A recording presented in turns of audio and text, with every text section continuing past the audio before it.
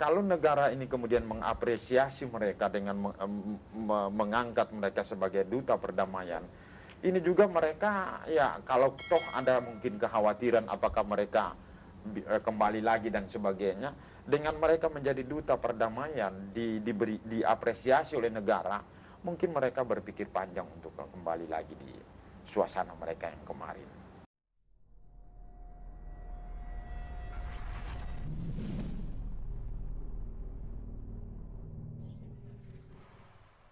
Assalamualaikum warahmatullahi wabarakatuh.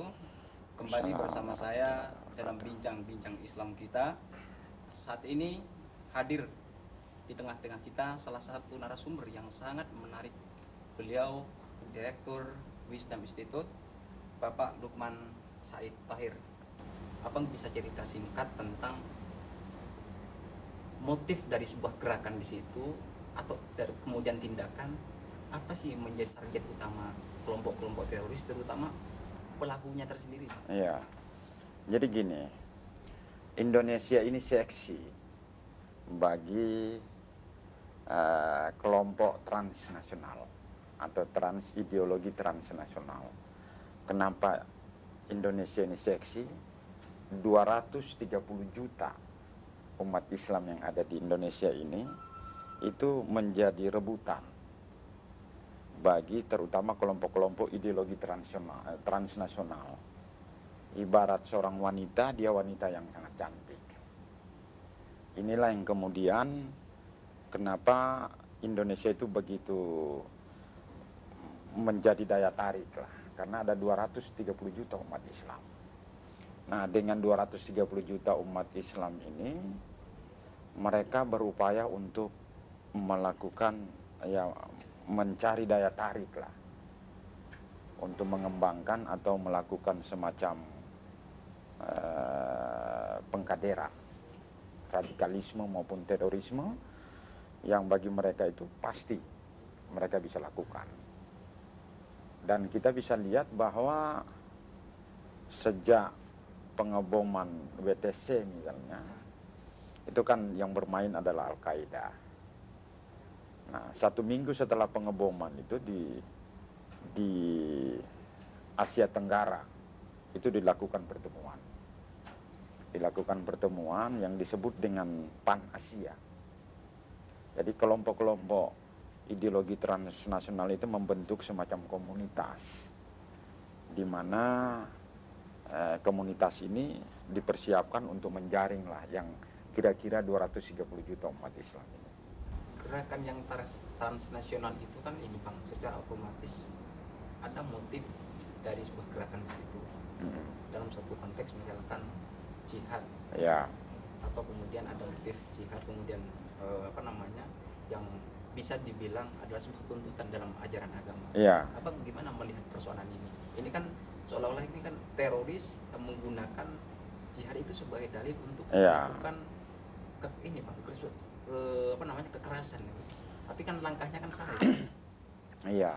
Sebenarnya dengan populasi umat Islam yang begitu banyak di sini, itu sebenarnya hanya sebagian kecil saja yang terpancing dengan katakanlah jihad dijadikan alat untuk rekrutmen.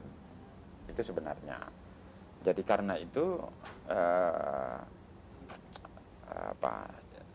menempatkan jihad itu dalam kerangka merekrut yang namanya umat Islam yang ada di Indonesia, ya mungkin dampaknya sebenarnya tidak terlalu besar. Karena apa? Di Indonesia ini ada 2 organisasi sebenarnya yang sangat kuat, yang bisa menangkal yang namanya narasi-narasi kekerasan atas nama agama itu, baik NU maupun Muhammadiyah. Tetapi yang justru bisa masuk itu kalau misalnya ada anak-anak muda yang dalam perkembangan hidupnya itu mungkin berbenturan dengan keluarga. Jadi broken home itu bisa menjadi salah satu pemantik masuknya mereka itu dengan kelompok-kelompok garis keras. Dengan membawa jihad itu sebagai pancingan mereka. Seperti agama itu bang, ini bang ya, belum tentu menjadi motif utama dari dari sebuah gerakan di situ bang ya. Iya, belum tentu, belum tentu. Ada sih seperti itu, tapi sebenarnya tidak terlalu banyak mempengaruhi. Kayak kasus Poso misalnya. Kayak kasus Poso itu kalau kita lihat yang mendasari tindakan kekerasan mereka bukan jihad. Gitu, justru yang terjadi motif balas dendam. Itu motif pertama mereka. Nah, atas dasar motif balas dendam inilah lalu kemudian kelompok-kelompok ideologi transnasional itu memanfaatkan itu. Jadi yang pertama mereka memanfaatkan konflik-konflik yang terjadi di Indonesia, yang dimana mungkin keluarganya yang dibantai, lalu memunculkan dendam. Sehingga masuklah Kelompok ini yang memanfaatkan emosi dendam itu dengan membawa instrumen agama, dalam hal ini adalah jihad. Nah, itulah yang kemudian begitu cepat mereka menjadi daya tarik bagi kelompok-kelompok yang katakan untuk menyalurkan. Tapi sejauh ini kelompok-kelompok ataupun gerakan-gerakan yang lebih banyak mereproduksi teroris ini kelompok apa saja Pak? Khususnya yang sudah dari Timur Tengah itu transformasi ke Indonesia. Iya, kan ada dua ideologi transnasional yang membuat Indonesia itu dijadikan koloni. Ya, dijadikan koloni untuk terorisme. Ya, kita kenal dengan Al-Qaeda satu.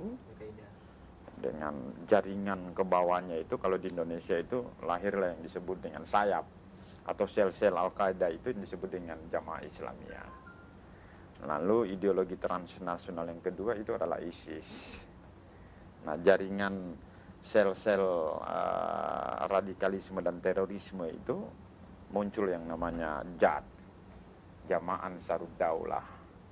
Ya, inilah yang kemudian yang banyak ya, yang banyak bermain di Indonesia. Kalau tadi saya katakan misalnya JI itu 1 minggu setelah penyerangan WTC itu kan mereka membentuk yang namanya pan-islamisme khususnya di Indonesia. Kalau yang ISIS itu mereka dengan menyebut istilah Katibah Nusantara. Nah, kedua jaringan ini karena poso konflik itu masuk. Nah, jadi sebenarnya pesan yang penting sekali di sini dalam rangka melakukan salah satunya ya agar kita mencoba untuk melakukan pencegahan terhadap terorisme. Yang pertama itu bagaimana menjaga daerah-daerah yang ada di Indonesia itu meredam terjadinya konflik, terutama konflik komunal atau mungkin konflik yang dipicu oleh masalah-masalah intoleransi di dalam sebuah masyarakat.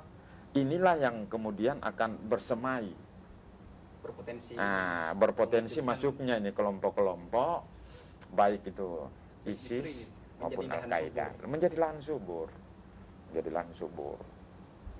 Jadi mereka memainkan agama sebagai alat, bahwa kalau kemudian mereka melampiaskan dendam itu dengan bahasa agama, artinya bisa masuk surga, lalu kemudian tidak sia-sia perjuangan mereka. Ini yang cepat ditangkap oleh mereka-mereka yang kecewa. Itu salah satu diantaranya lah. Untuk kasus Poso itu dia masuk lewat dendam. Nah, mungkin di tempat-tempat lain juga menyangkut tentang ketidakadilan perlakuan terhadap masyarakat atau umat Islam dan sebagainya, atau perlakuan yang berbeda negara ini, kehadiran negara ini terhadap masyarakat. Misalnya kalau yang non muslim ataupun yang muslim itu terjadi misalnya katakan ada semacam konflik dan sebagainya, maka perlakuan negara harus sama. Sebab kalau misalnya tidak, ini juga bisa menjadi potensi pemicu lahirnya memudahkan bagi kelompok-kelompok ideologi transnasional itu untuk masuk dan menggoreng wacana atau narasi kekerasan itu, sehingga betul-betul cepat di diterima oleh kalangan anak-anak muda Muslim lah. Dan bagaimana Bang? Apakah mungkin Abang bisa memberikan suatu statement yang bahwa pelaku teroris itu krisis wawasan tentang keagamaan kah, atau kemudian krisis ekonomi? Ini kan bagian dari faktor-faktor yang bisa memicu lahirnya teroris itu. Iya, jadi kan gini, banyak sekali faktor yang menjadi dasar terorisme itu. Baik ada faktor ideologi, ada faktor misalnya ekonomi, ada faktor yang namanya keadilan dan sebagainya. Nah, tadi saya menyatakan bahwa negara ini betul-betul harus memberikan jaminan lah, ya, bahwa kesejahteraan masyarakat juga terjamin, ya kan gitu. Masalah perlakuan hukum terhadap masyarakat ini, equality for law, jadi ada kesamaan di dalam perlakuan hukum. Itu semuanya yang menjadi potensi-potensi yang ada. Bagi mereka ini yang namanya, kalau kita berbicara tentang Islam, itu kan sangat mengecam yang namanya kekerasan. Agama bahkan menyatakan membunuh satu orang itu sama dengan sama dengan memperlakukan kurang lebih sekitar ribuan orang lah. Tapi kenapa Bang, belakangan ini yang berkembang itu bahwa setiap tersangka ataupun tersangka teroris selalu yang teridentifikasi itu adalah Islam. Kan bisa dibilang bahwasanya terorisme berarti punya agama gitu Bang. Iya, sekarang kan begini, mereka ini sangat paham betul. Mereka dari kelompok teroris itu untuk ibaratnya menjual itu sangat paham betul. Tadi saya sudah katakan ada 230 juta umat Islam yang ada di sini yang kira-kira bisa dimanfaatkan oleh mereka. Nah, gerakan-gerakan mereka ini kan lebih bersifat lebih banyak berorientasi ke kepentingan politik maupun kepentingan ekonomi, dengan membawa Islam sebagai bendera kekerasan. Inilah yang kemudian cepat dengan mudah, di mana generasi muda kita itu dengan terjadinya pengaruh global yang ada sekarang, mungkin dilihat perlakuan terhadap Palestina, dilihat perlakuan terhadap katakanlah di Syria dan sebagainya. Jadi inspirasinya ke Timur Tengah. Ekspresinya ke sana. Sementara di Timur Tengah itu kan lebih banyak latar belakangnya itu ke faktor ekonomi. Jadi salah satunya negara-negara itu masuk di sana itu sebenarnya karena faktor ekonomi. Nah, bagaimana caranya supaya mereka bisa memasuki ruang-ruang ini? Ya, dengan membuat antara satu negara dengan negara yang lain itu terjadi konflik lah. Dan yang menariknya kalau di Timur Tengah kan biasanya yang dijual itu adalah isu Syiah dengan Sunni. Nah, kalau di Indonesia tidak seperti itulah. Kalau toh mereka mau berupaya masuk seperti itu juga akan kecil kemungkinan. Makanya yang mereka jual di Indonesia itu ya terkait khilafah. Nah, kenapa khilafah? Ya mungkin mereka berpikir bahwa Indonesia ini sebagai negara yang menjadikan Pancasila sebagai basis ideologinya, ini yang ingin mereka lawan. Itu selalu itu. Jadi apa saja yang mereka jual itu dengan sistem khilafah, dan ini sangat menarik bagi generasi muda Islam yang kira-kira mungkin secara psikologis mereka itu berbenturan dengan masalah-masalah kehidupan dan kesejahteraan mereka. Faktor ekonomi lagi. Faktor ekonomi lagi yang mereka ini kan ke sana. Nah, yang memotivasi Abang untuk melakukan pendampingan beberapa teroris ini apa gitu Bang? Teroris kan masyarakat itu kan sangat takut gitu kan. Bahkan dalam apa namanya, dalam satu episode yang kita apa namanya, yang kita bahas, Prof. Nasir itu sempat mengatakan bahwa ulama itu harus punya keberanian gitu kan. Sementara kan masyarakat ketakutan, tapi ulama juga ketakutan dalam berdakwah untuk kebenaran. Bahwa teroris itu memang tidak ada tempatnya gitu kan dalam agama. Ya, jadi gini, sebenarnya memang awalnya secara spontanitas lah. Saya apa namanya, saya mencoba melakukan pendampingan ini karena saya juga pernah di FKPT, salah satu badan dari semacam forum lah dari yang dibentuk oleh BNPT itu untuk penanganan atau pencegahan yang namanya radikalisme dan terorisme di daerah. Awalnya saya di situ, lalu kemudian dari BNPT lah kemudian saya mulai bersentuhan dengan beberapa atau beberapa napiter lah, narapidana teroris.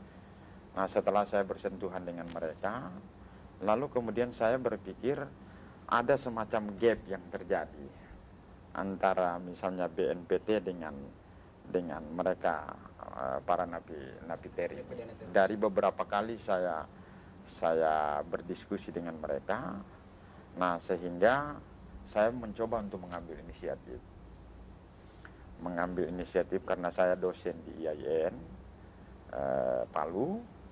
Ya, biasanya di Kementerian Agama itu kan memberi kesempatan kepada seluruh dosen itu untuk melakukan penelitian maupun pendampingan dengan kita mengusulkan ada semacam hibah untuk pendanaan bantuan dari Kementerian Agama. Saya coba mengusulkan model penelitian dan pendampingan ex-napiter, mantan atau sebelum mantan mereka narapidana teroris.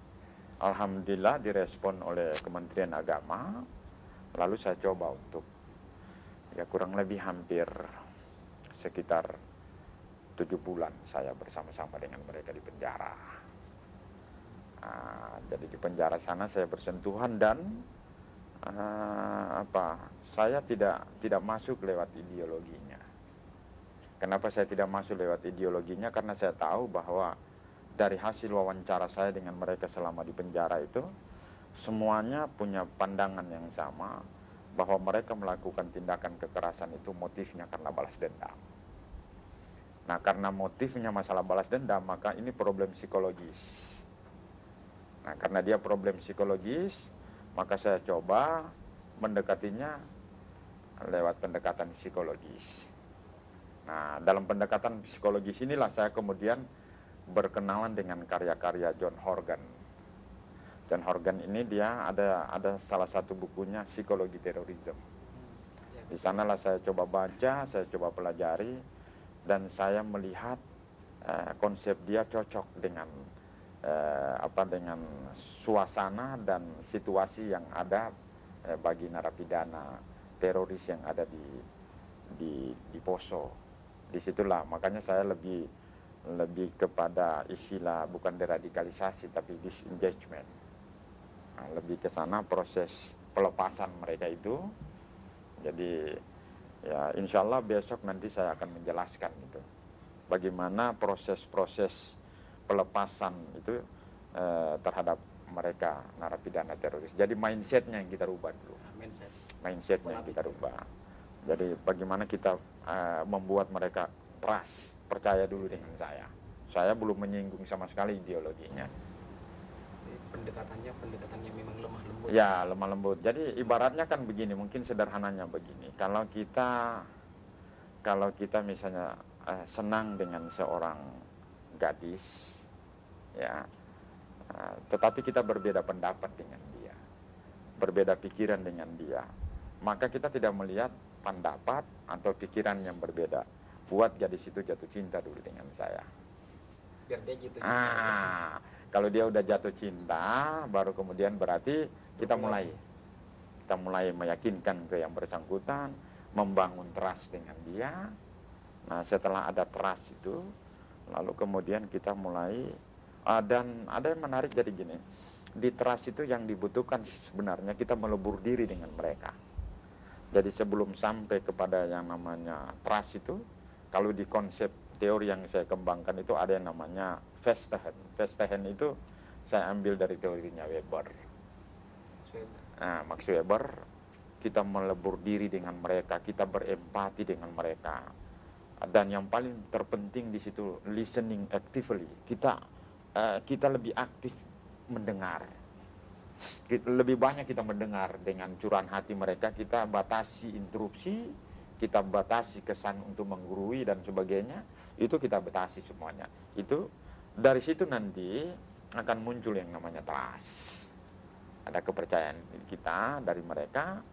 Nah, setelah kepercayaan itu kita juga kepercayaan itu juga bukan sesuatu yang instan terjadi.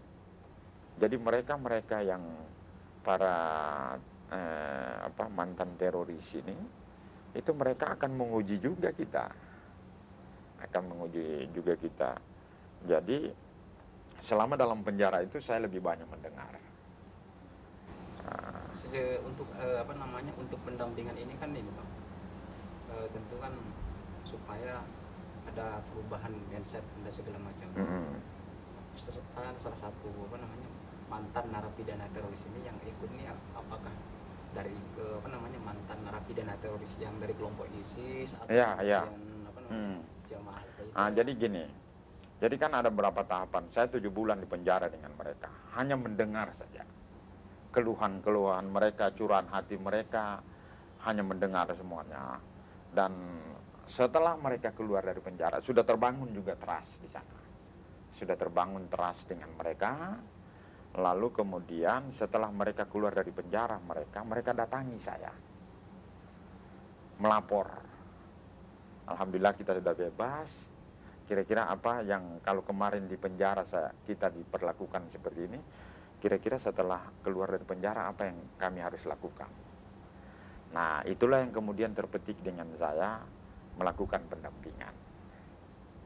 Nah, di pendampingan itu karena saya udah paham betul mereka, berempati, kemudian terbangun trust, lalu kemudian saya coba untuk melakukan pendampingan, dan itu ya hampir 1 tahun. Bagaimana mindsetnya dirubah, bagaimana skillnya dibentuk, bagaimana habit ya, bagaimana menjadi katakanlah perilaku mereka bisa terkontrol dan sebagainya. Itu kurang lebih sekitar hampir 1 tahun. Ya, sampai pada ujungnya kita masuk di titik kesepakatan mereka menjadi pejuang perdamaian. Ada aktualisasi diri. Jadi ternyata begini, mereka mantan teroris juga itu butuh untuk dikenal di dalam program-program atau di dalam kalau di dalam pendampingan saya menyebut dengan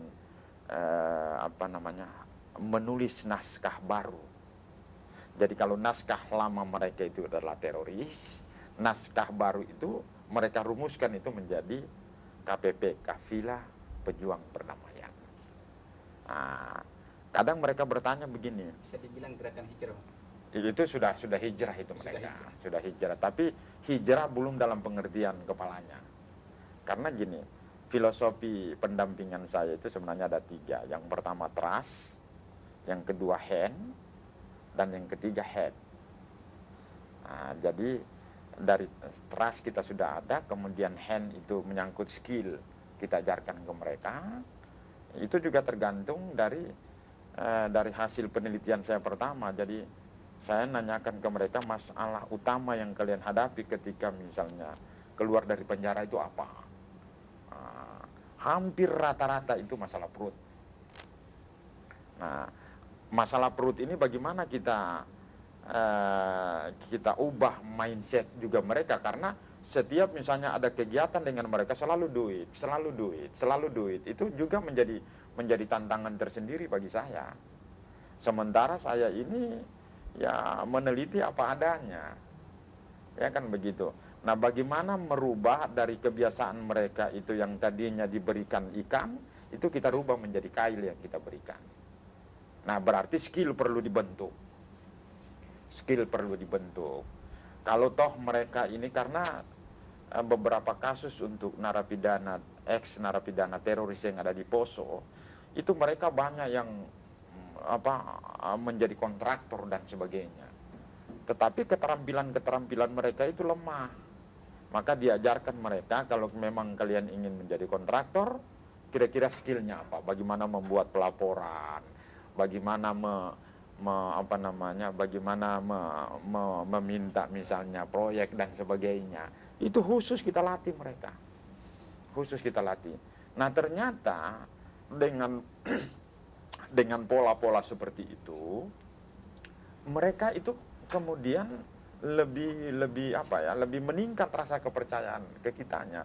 Jadi mindsetnya tadi saya katakan kepada mereka, jangan pernah meminta sesuatu misalnya kepada siapapun, termasuk kepada pemerintah daerah, kalau kalian belum membuktikan kalian berbuat untuk Indonesia. Nah, jadi mereka sepakat bagaimana caranya itu. Anda harus membentuk semacam satu komunitas baru. Karena bagaimanapun mungkin pemerintah dan masyarakat pasti akan curiga dengan kalian. Nah, karena itu berbuat baik dulu lewat apa? Kita bentuklah yang oleh Ustadz Hasan dengan teman-temannya tadi, ada 5 orang ini. Ini kemudian membentuk sebuah naskah baru yang disebut dengan komunitas kafilah pejuang perdamaian. Nah, dari situlah mereka mulai bergerak, dan alhamdulillah inilah sekarang mereka sudah 2 kali mereka menjadi narasumber. Nah, ada satu lagi, ini juga sekaligus antitesa bagi dalam proses pelepasan itu kan, kalau John Horgan itu kan bagaimana mereka dari yang tadinya membunuh kemudian mungkin berubah menjadi security lah di satu perusahaan, atau mungkin menjadi pedagang atau menjadi pengusaha dan sebagainya. Nah, apa yang ingin saya tawarkan dengan mereka tidak seperti itu. Ya, karena Indonesia ini menjadi gadis cantik bagi ideologi transnasional, maka harus ada dari mereka yang pernah terlibat ini itu untuk mengkanter secara langsung yang namanya ideologi transnasional itu, tidak menjadi pengusaha, tidak juga menjadi misalnya security, tetapi mereka menjadi pelopor perdamaian. Nah, inilah yang kemudian saya bicarakan dengan mereka, kita diskusikan dan bersama, karena skill mereka juga sudah terbentuk. Kita juga melatih mereka karakter building. Ya, kita melatih juga dengan mereka itu public speaking dan sebagainya. Bagaimana berbicara dengan orang di luar, orang banyak dan sebagainya. Dan itu terbentuk. Harapan Abang kepada pemerintah dengan adanya pembinaan ini? Ya, jadi sekarang mereka ini kan sudah menjadi pejuang perdamaian. Maka yang dibutuhkan tentunya saya pribadi berharap banyak bahwa ini kan tidak mungkin saya bermain sendiri. Kita butuh banyak lembaga-lembaga yang kira-kira bisa memberi gelanggang dengan mereka. Ya, terutama pemerintah itu memberi gelanggang dengan mereka. Mungkin mereka ini karena aktualisasi diri ini mereka nggak butuh duit. Mereka juga bukan mengutamakan yang namanya duit dan sebagainya. Yang mereka butuhkan itu adalah aktualisasi diri. Anda hargai mereka, Anda hormati mereka. Bagaimana caranya menghormati mereka? Dengan memberikan gelanggang. Mereka sudah tampil 2 kali misalnya di Poso, mereka berbincang dengan para pelajar dan mahasiswa di sekabupaten Poso, menjadi narasumber mereka. Kemudian di Palu juga mereka sudah menjadi narasumber. Kenapa tidak misalnya negara ini memberikan gelanggang dengan mereka yang lebih besar dan ekspos ini secara besar-besaran, sehingga betul-betul mereka itu merasa dengan naskah diri mereka yang baru ini, itu betul-betul mereka merasa sangat terhormat betul. Dan ini jauh lebih besar ya, dampaknya itu daripada hanya sekedar memberi ikan dengan mereka. Nah, itulah sebabnya kita berharap negara ini betul-betul merespon sikap mereka yang mau berubah ini menjadi pejuang perdamaian itu. Saya berharap mungkin negara bisa membuat wajah baru mereka itu dengan katakanlah misalnya, saya berharap di Kementerian Agama misalnya itu mungkin mereka bisa diangkat sebagai duta perdamaian. Duta perdamaian. Duta perdamaian. Jadi setiap misalnya ada kegiatan kemahasiswaan yang ada, karena kita tahu bahwa sekolah-sekolah itu menjadi salah satu jaringan yang terkuat bagi mereka para kelompok-kelompok ideologi transnasional itu untuk menyusup di sana. Ya, mulai dari sekolah di perguruan tinggi. Inilah dibutuhkan seperti mereka ini. Jadi ada penerimaan mahasiswa baru atau ada kegiatan apa saja yang terkait dengan radikalisme dan terorisme, undang mereka untuk berbicara. Kan berbeda kesannya kalau orang yang sudah pernah terlibat langsung di sana mengajak orang untuk berdamai. Daripada model seperti saya 1000 kali mungkin saya berbicara, itu dampaknya sangat sedikit sekali kecilnya karena kita tidak merasakan. Nah ini mereka yang saya ajak itu ada yang 36 orang keluarganya dibantai. Yudi Parsan misalnya, Yudi Parsan itu 36 orang saudaranya dibantai. Nah kira-kira ini kan gila menurut saya itu, kemudian mereka itu mau tampil sebagai pejuang perdamaian. Bahkan kemarin di Poso itu yang dia ada kasus misalnya mutilasi ini, ya karena mereka ini diantaranya ada memutilasi. Ada anak SMA yang bertanya, dia bilang tante saya yang dimutilasi itu, dia bilang Pak. Mereka mulai bercerita lah. Jadi nggak mudah, sehingga kalau negara ini kemudian mengapresiasi mereka dengan mengangkat mereka sebagai duta perdamaian, ini juga mereka ya kalau toh ada mungkin kekhawatiran apakah mereka kembali lagi dan sebagainya, dengan mereka menjadi duta perdamaian diapresiasi oleh negara, mungkin mereka berpikir panjang untuk kembali lagi di suasana mereka yang kemarin. Dan ini tahapan saya setelah misalnya trust terbangun, handnya kemudian kita sudah berikan berbagai keterampilan. Ini masih ada tahap yang ketiga, karena saya belakangan baru kepalanya yang saya ini ada yang namanya headnya ini nanti akan ada proses lagi yang kita akan lakukan dengan mereka. Nah kalau tahapan headnya kita sudah lakukan, karena sudah ada trust, kita berbeda pendapat, kita juga berdebat, kita juga berkelahi dengan mereka, tidak ada masalah. Itu karena sudah terbangun trust, mereka juga sudah berterima kasih karena sekian banyak skill yang kita berikan. Nah inilah yang ya, dan memang berat bagi mereka. Ada satu namanya Fitra. Fitra ini dia kasus pencurian mobil box bersama Santoso. Nah Fitra ini yang agak sedikit kaku dia kalau mau berbicara di tengah umum. Jadi kemarin ketika di Poso dia bilang Pak Dokter, lebih baik saya disuruh bunuh orang daripada disuruh bercerita dengan orang lain. Nah saya langsung rubah polanya. Jadi saya langsung rubah polanya, kita dialog interaktif, saya yang menjadi hostnya di situ. Jadi biar kekakuan mereka hilang lah. Jadi kalau misalnya mungkin lagi terhenti berbicara atau apa, saya masuk di situ untuk mengingatkan apa semuanya. Dan ternyata pola itu yang lebih efektif saya lihat. Berarti gimana? Pendekatan dialog yang interaktif dengan dialog interaktif dengan siswa, dengan mahasiswa dan sebagainya. Itulah yang mereka lakukan itu.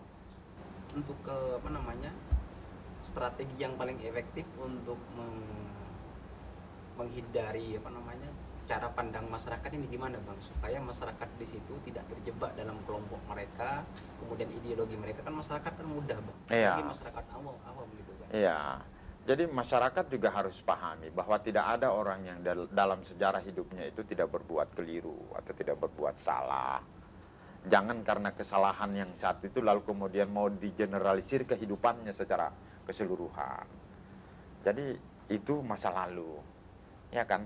Tinggal bagaimana masa lalu ini kita dekati dengan cara-cara yang kira-kira bisa diterima oleh mereka, dan kemudian juga mereka sebagai manusia juga butuh penghargaan dan sebagainya. Jadi kalau mereka ini mau ada keinginan untuk berubah, maka masyarakat harus merespon, harus mendukung mereka. Nah, dengan tadi itu bagaimana caranya? Ya beri gelanggang dengan mereka. Kalau kita sudah memberi gelanggang dengan mereka, kemudian apalagi kalau mereka sudah sering tampil di mana-mana, juga memberi efek. Meskipun bagi mereka mungkin ada resiko-resiko dengan teman-teman yang lain. Jadi sebenarnya dengan mereka tampil sebagai pembicara juru perdamaian misalnya, itu juga dia membawa resiko dengan teman-temannya yang lain. Tapi mereka siap untuk menghadapi yang seperti itu. Karena mereka juga sadar bahwa lebih banyak mudaratnya itu yang namanya yang namanya kekerasan atau misalnya pembunuhan itu mereka rasakan langsung lebih banyak mudaratnya daripada yang namanya maslahatnya. Dan itu salah satu alasan mereka bersama-sama lah dengan saya ya untuk bagaimana kita mengawal yang namanya perdamaian di Indonesia ini. Bagaimana Bang dengan dengan ideologi transnasional ini yang sudah masif di Indonesia, apakah perlu melibatkan peranan generasi muda yang akan dalam rangka bermitra dengan komunitas mantan narapidana teroris Ya. dalam rangka itu tadi Bang untuk mengkampanyekan. Ya, jadi gini, pengalaman saya dengan mereka ini, jadi gini, salah satu alasan kenapa Ustadz Hasanuddin ini dia alumni Moro, ya 4 tahun dia di Moro, dia dilatih secara militer, kemudian dia menjadi amir, dia menjadi pimpinan di Tanah Runtuh Poso. Nah, salah satu alasan dia tertarik juga dengan saya mantan rektor, saya juga sebagai sekjen Al-Herat ketika itu, yang ingin terjun di bawah bersama-sama mereka, itu yang kemudian menjadi daya tarik. Kok bisa ya orang seperti saya, mantan rektor, lalu kemudian sekjen Al-Herat ini sangat besar di Indonesia Timur, itu mau mengurus dengan hal-hal yang semacam itu. Ini yang salah satu yang membuka dirinya. Nah, berdasarkan pengalaman Ustadz Hasanuddin ini, ya kita berharap baik NU maupun Muhammadiyah jangan berada di Menara Gading. Ya kan, apalagi sibuk dengan urusan politik dan sebagainya. Cobalah ada yang secara khusus baik dari kelembagaan NU dan Muhammadiyah ini yang terjun langsung.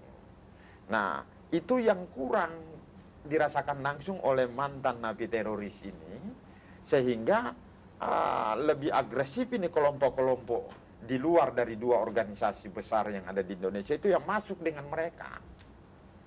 Nah, sehingga salah satu jalan strateginya ini ya kita harus membuka diri, merubah cara kerja kita. Ya kalau bisa mungkin ada khusus baik di Muhammadiyah maupun NU ini ada memang khusus satu semacam majelis atau departemen yang memang khusus menangani yang namanya kelompok-kelompok mantan narapidana teroris. Belum lagi yang mau balik deportanin yang kurang lebih ada 400 orang. Apakah Muhammadiyah dan NU harus berdiam diri juga? Artinya kita paham lah, kita sadar bahwa NU dan Muhammadiyah cukup banyak berbicara, tetapi secara teoritis itu mengkonsepkan tentang bagaimana yang namanya radikalisme, terorisme, terjun langsung. Ambillah, ya saya kira di Surabaya yang cukup banyak ini, ya mantan deportan, artinya kelompok deportan yang balik ini betul-betul harus penanganannya secara khusus dengan mereka. Belum lagi, ya memang ada kesulitan ya, karena mereka ini kan istilahnya kelompok-kelompok yang secara tidak langsung berbenturan juga ideologi. Kurang lebih lah saya dengan misalnya Ustadz Hasan itu berbenturan ideologinya Al-Herat dengan mereka. Tetapi keterlibatan langsung kita dengan mereka itu menyentuh hati nurani mereka yang paling terdalam. Tinggal bagaimana pendekatannya, bagaimana strateginya bertemu dengan mereka. Nah itu tadi betul-betul cinta yang kita tebarkan dengan mereka, bukan teori-teori tentang kekerasan, teori-teori enggak. Itu betul-betul cinta. Mereka pasti akan merasakan itu vibrasinya, mereka akan merasakan getarannya. Karena dengan mereka itu kalau kita datang, kalau cinta itu tidak ada sekat. Artinya jangan datang kita berbicara dengan mereka bahwa mereka teroris, jangan. Ya mereka adalah korban yang perlu dibantu.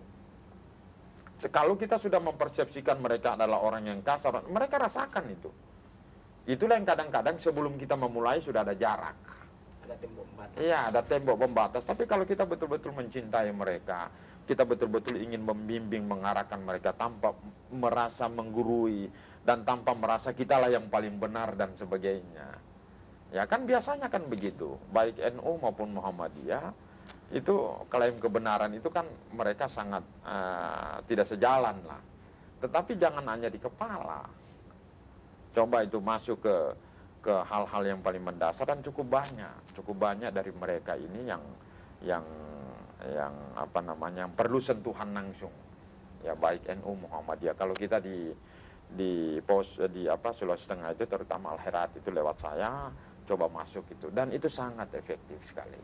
Saya kira mereka menunggu ini uluran tangan dari baik NU maupun Muhammadiyah. Banyak pemirsa bahwa apa yang disampaikan oleh Bang Lukman tadi tentang wawasan, kemudian pendekatan, pola, kemudian strategi, tentu kita bisa belajar bersama, baik itu terutama generasi muda dalam rangka untuk melakukan pendampingan itu Bang. Karena salah satunya untuk tidak menutup kebenaran tadi itu, bahwa ini memang harus hijrah gitu Bang, untuk ada perubahan. Nah mungkin ini yang bisa dapat diwawancara karena waktu kita sudah habis. Kembali kepada episode selanjutnya. Terima kasih Bang atas waktunya. Sama-sama, terima kasih. Sukses selalu. Assalamualaikum warahmatullahi wabarakatuh. Waalaikumsalam warahmatullahi wabarakatuh.